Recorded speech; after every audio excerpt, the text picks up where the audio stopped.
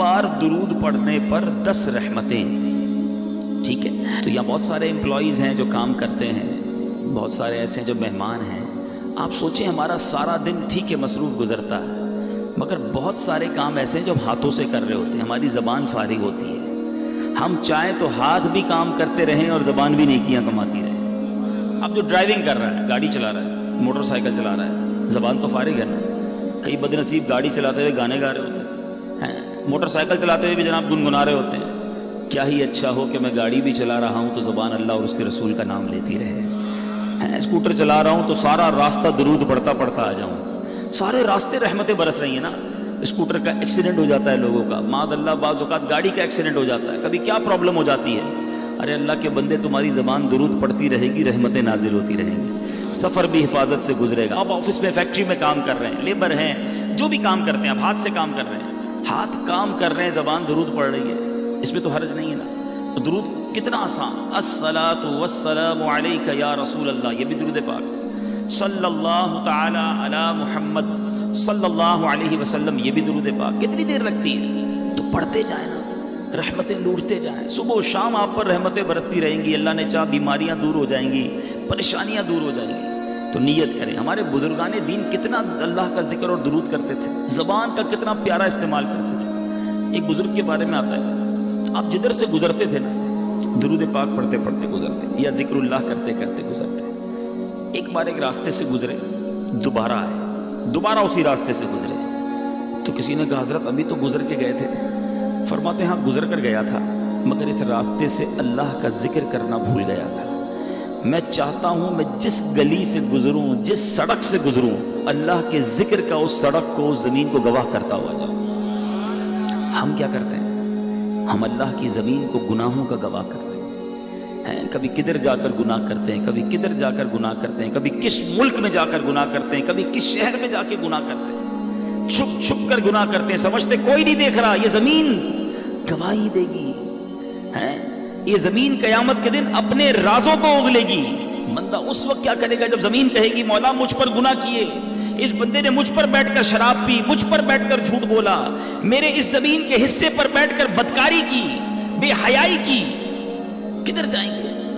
کتنا خوش نصیب ہے وہ شخص جس کی زمین گواہی دے گی مولا اس نے مجھ پر سجدہ کیا تھا, اے اللہ اس بندے نے اس زمین کے اس ٹکڑے پر کھڑے رہ کر تجھے یاد کیا تھا, اے اللہ یہاں بیٹھ کر تیری بارگاہ میں ہاتھ اٹھا کر آنسو بہائے تھے, اس بندے نے فلاں جگہ بیٹھ کر تیرا ذکر اور تیرے حبیب کا ذکر کیا تھا یا سنا تھا, یہاں بیٹھے تھے اجتماع میں, یہاں بیٹھے تھے بیان کرنے. یہ زمین, جی ہاں جس زمین کے ٹکڑے پر ہم اس وقت بیٹھے ہیں, میرے رب کی رحمت سے امید ہے قیامت کے دن یہ زمین گواہی دے گی کہ اللہ تیرے بندے بیٹھے تھے کام کاج چھوڑ کر, مجھ پر بیٹھے تھے, تیرا اور تیرے حبیب کا ذکر کیا تھا. ایسے گواہ بناؤ نا اللہ کی زمین کو. بزرگان دین کا طریقہ رہا کہ دنیا میں جس ملک یا جس شہر جاتے ادھر جا کر نوافل پڑھا کرتے کہ میری گواہ ہو جاؤ. آپ مسجدوں میں جایا کرتے, لالچ ہونی چاہیے کہ یار کوئی مسجد نظر آئے عاشقان رسول کی, بندہ کہ یار یہاں جا کے ایک نماز پڑھ لو, 2 رکعت پڑھ لو, یہ مسجد بھی گواہ ہو جائے.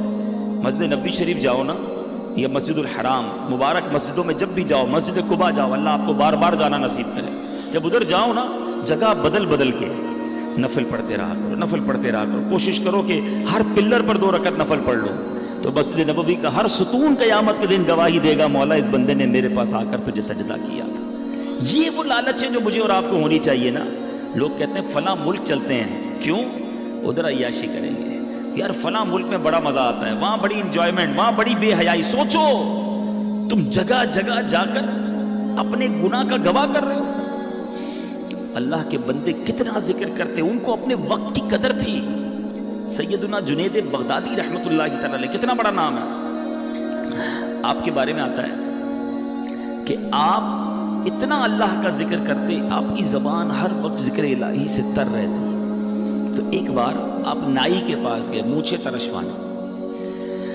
نائی کہتا ہے حضور خاموش ہو جائیے تھوڑی دیر, آپ پڑھے جا رہے ہیں, اب میں نے مونچھیں کاٹی تو آپ کے ہونٹ کو کٹ لگ جائے گا, ہونٹ کو زخم لگ سکتا ہے.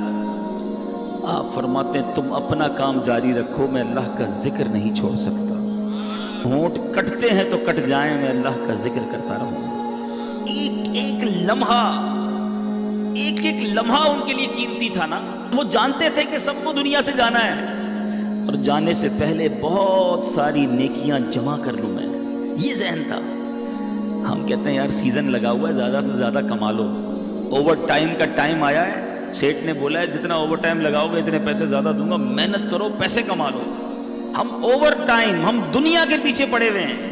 میں نہیں کہتا نوکری نہ کرو، میں نہیں کہتا رزق حلال نہ کماؤ، کمائیے، مگر مجھے ایک بات کا جواب چاہیے، میں دنیا کے لیے تو محنت کر رہا ہوں، کیا آخرت کے لیے مجھے الگ ٹائم ملے گا، ایکسٹرا ٹائم ملے گا؟ گھر پہ کوئی نوٹس آئے گا کہ جناب اب آپ کی دنیا میں 3 مہینے رہ گئے، اب آخرت کی تیاری کر لیجیے۔ ایسا نہیں ہوتا، اچانک سڈنلی صبح گھر سے زندہ نکلتا ہے اور شام جنازہ گھر پہ آتا ہے، ایسا نہیں ہوتا؟ آپ کے سامنے بھی ہوتا ہے نا۔ اب بتاؤ جو صبح سے شام ایک ہی ذہن لے کر بیٹھا ہے، دنیا دنیا مال، اس کی آخرت کب بہتر کرے گا وہ؟ تو پلیز سمجھیے اس بات کو، دنیا میں رہ کر ہی مجھے اور آپ کو اپنی آخرت بنانی ہے۔ There is no extra time، الگ سے کوئی پورشن نہیں ہے کہ 24 گھنٹے تمہاری فیملی، تمہاری کاروبار، نوکری کے لیے اگلے 12 گھنٹے ایکسٹرا دیے جا رہے ہیں آخرت کے لیے، نہیں۔ انہی ڈبل 12 گھنٹوں میں سے مجھے قبر روشن کرنی ہے، اسی وقت میں مجھے اپنی آخرت کے لیے بھی خزانہ جمع کرنا ہے۔ جس بندے کو اوور ٹائم کی فکر ہے، اس کو آخرت میں زیادہ اعمال لے جانے کی فکر کیوں نہیں ہے؟ سمجھو میری بات کو، آپ نوکری کیجئے، کاروبار کیجئے، روزگار کمائیے، مگر اپنی زبان کو اللہ اور اس کے رسول سے ذکر سے تر بھی تو رکھیے نا۔ کہیے سبحان اللہ، الحمدللہ، اللہ اکبر۔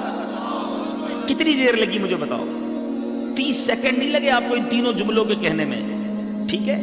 آپ سب سے اچھی نوکری کر لو، میں کہتا ہوں امریکہ چلے جاؤ اور دنیا کے مہنگے ترین انسٹیٹیوٹ میں نوکری کر لو، 30 سیکنڈ میں کتنے پیسے کماؤ گے بتاؤ مجھے؟ چلو، جو دنیا کا سب سے بڑا کاروباری مجھے سن رہا ہے، انٹرنیشنل مدنی چینل پر بعد میں سنیں، how much you earn with in 30 seconds, 30 second میں کتنے کما سکتے ہو؟ آؤ میرے سامنے بتاؤ مجھے۔ میں کہتا ہوں بہت بہت بہت بڑا پیسے والا بھی ہو اور اس کی کروڑوں روپے کی آمدنی ہو، پھر بھی 30 سیکنڈ میں 1 لاکھ روپے کمائے گا نا۔ بہت بڑی بات ہے کہ ہر منٹ 2 لاکھ روپے، اس سے زیادہ تو کوئی نہیں کماتا ہوگا۔ میں کہتا ہوں 10 لاکھ کما لو گے ہر 30 سیکنڈ میں، ایسے پاسبل نہیں ہے، ایزیوم کر لیتے ہیں، ایکسٹرا ہم نے پلس کر لیا اس کو، ٹھیک ہے؟ میں مان لیتا ہوں کہ تم 30 سیکنڈ میں 10 لاکھ کما سکتے ہو، حالانکہ یہاں تو میرے ایسے بھائی ہیں جو 30 سیکنڈ میں 30 روپے بھی نہیں کماتے ہوں گے، ٹھیک ہے نا؟ 30 سیکنڈ تو کچھ بھی نہیں ہے نا، مگر آپ کو اندازہ نہیں ہے آپ نے کیا کما لیا ہے۔ کیا کہا آپ نے؟ دوبارہ کہو سبحان اللہ۔ کیا کہا آپ نے؟ الحمدللہ۔ پھر کیا کہا تھا؟ اللہ اکبر۔ مبارک ہو تمہیں، دنیا کے پیچھے کیوں بھاگوں میں؟ یہ دنیا والے دیتے کیا ہیں؟ سنو میرا رب کیا دیتا، رب کے حبیب کے سچے وعدے کیا دیتے ہیں۔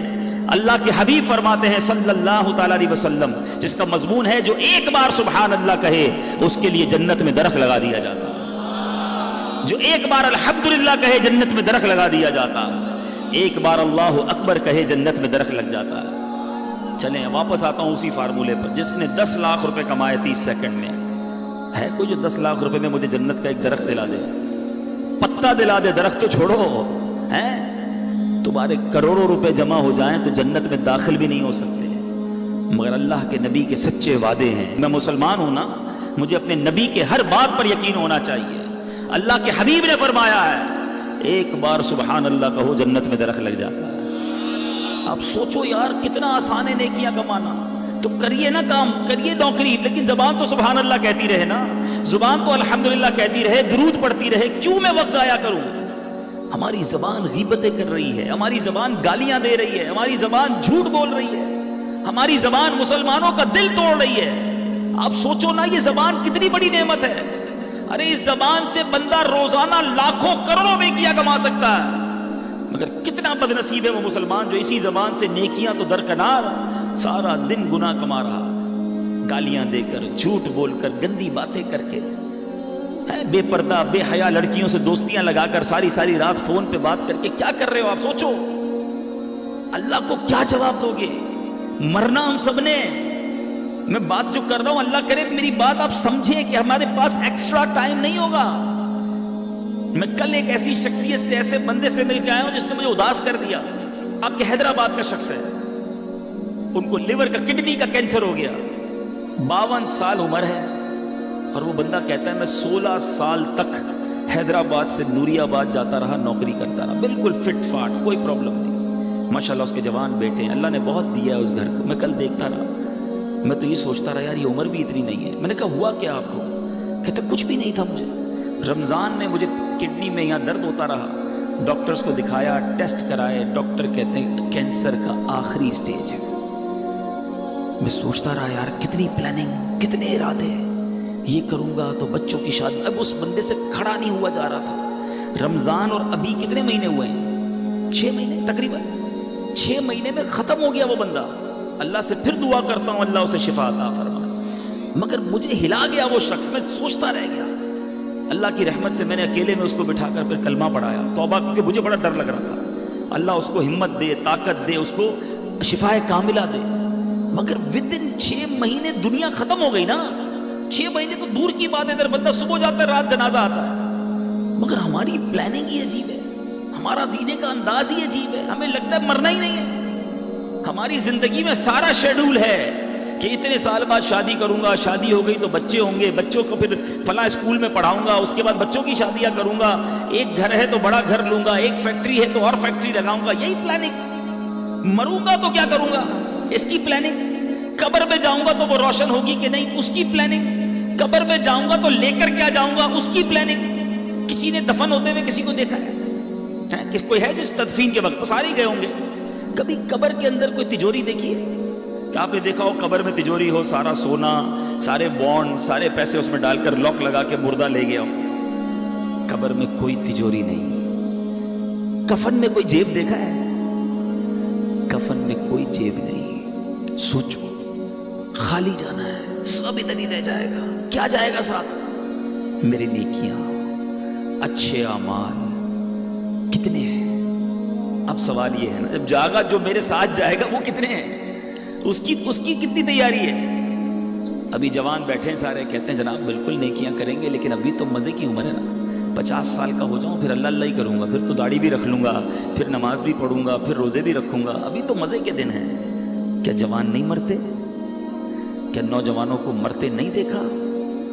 کب تیاری کرو گے؟ ایسے کئی جوان پہنچ گئے قبر میں جنہوں نے نیت کی تھی بوڑھا ہو کر نماز پڑھوں گا, نہیں ملا بوڑھا ہونے کا موقع.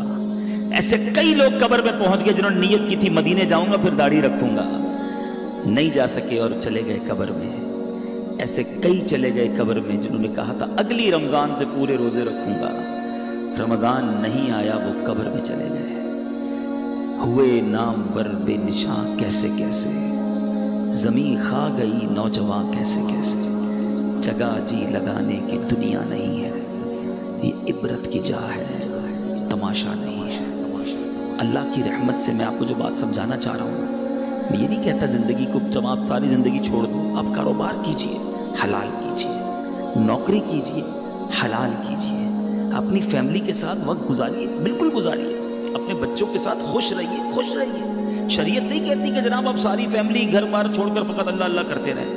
گھر بار, کاروبار, family, every thing is okay, enjoy کیجئے اپنی لائف کو, مگر شریعت کے دائرے میں رہ کر, نماز کی پابندی کر کے, حلال روزی کما کے, جھوٹ, غیبت, بدگمانی, بد کلامی, بد اخلاقی, اس سے بچ کر, بے حیائی سے بچ کر کیا زندگی انجوائے نہیں کی جا سکتی؟ شیطان ہمارے دل میں یہ ڈالتا ہے کہ گناہ کر کے ہی انجوائمنٹ ہے, یہ غلطی ہے. ساری رات فلم دیکھنے والے کو کیا پتا کہ رات اللہ کے نبی کی یاد میں آنسو بہانے کا مزہ کیا ہے. وہ سمجھتا ہے فلموں میں ہی مزہ ہے. ساری رات ٹیلی فون پر گندی کرنے کی بجائے کسی کو کیا پتا کہ سو کر تہجد پڑھ کے اللہ کی بارگاہ میں آنسو بہانے کا لطف کیا ہے. وہ لطف دیکھا نہیں ہے نا. جس کو فلموں کی عادت ہے وہ سمجھتا ہے فلم دیکھوں گا نہیں تو نیند ہی نہیں آئے گی. لیکن جس کو عشق رسول کی لت پڑ جائے, آئے ہائے, جس کو پیارے آقا سے محبت ہو جائے, دنیا کی لڑکیوں سے اور بے حیا عورتوں سے دوستیاں کرتے ہو, اللہ کے حبیب سے محبت کر لو, ہر آنسو تمہارا رتبہ بڑھائے گا. نیند کروٹ بدل کر نہیں آئے گی جب ندینے والے کی یاد آئے گی, مگر وہ بے قراری میں بھی سکون آئے گا.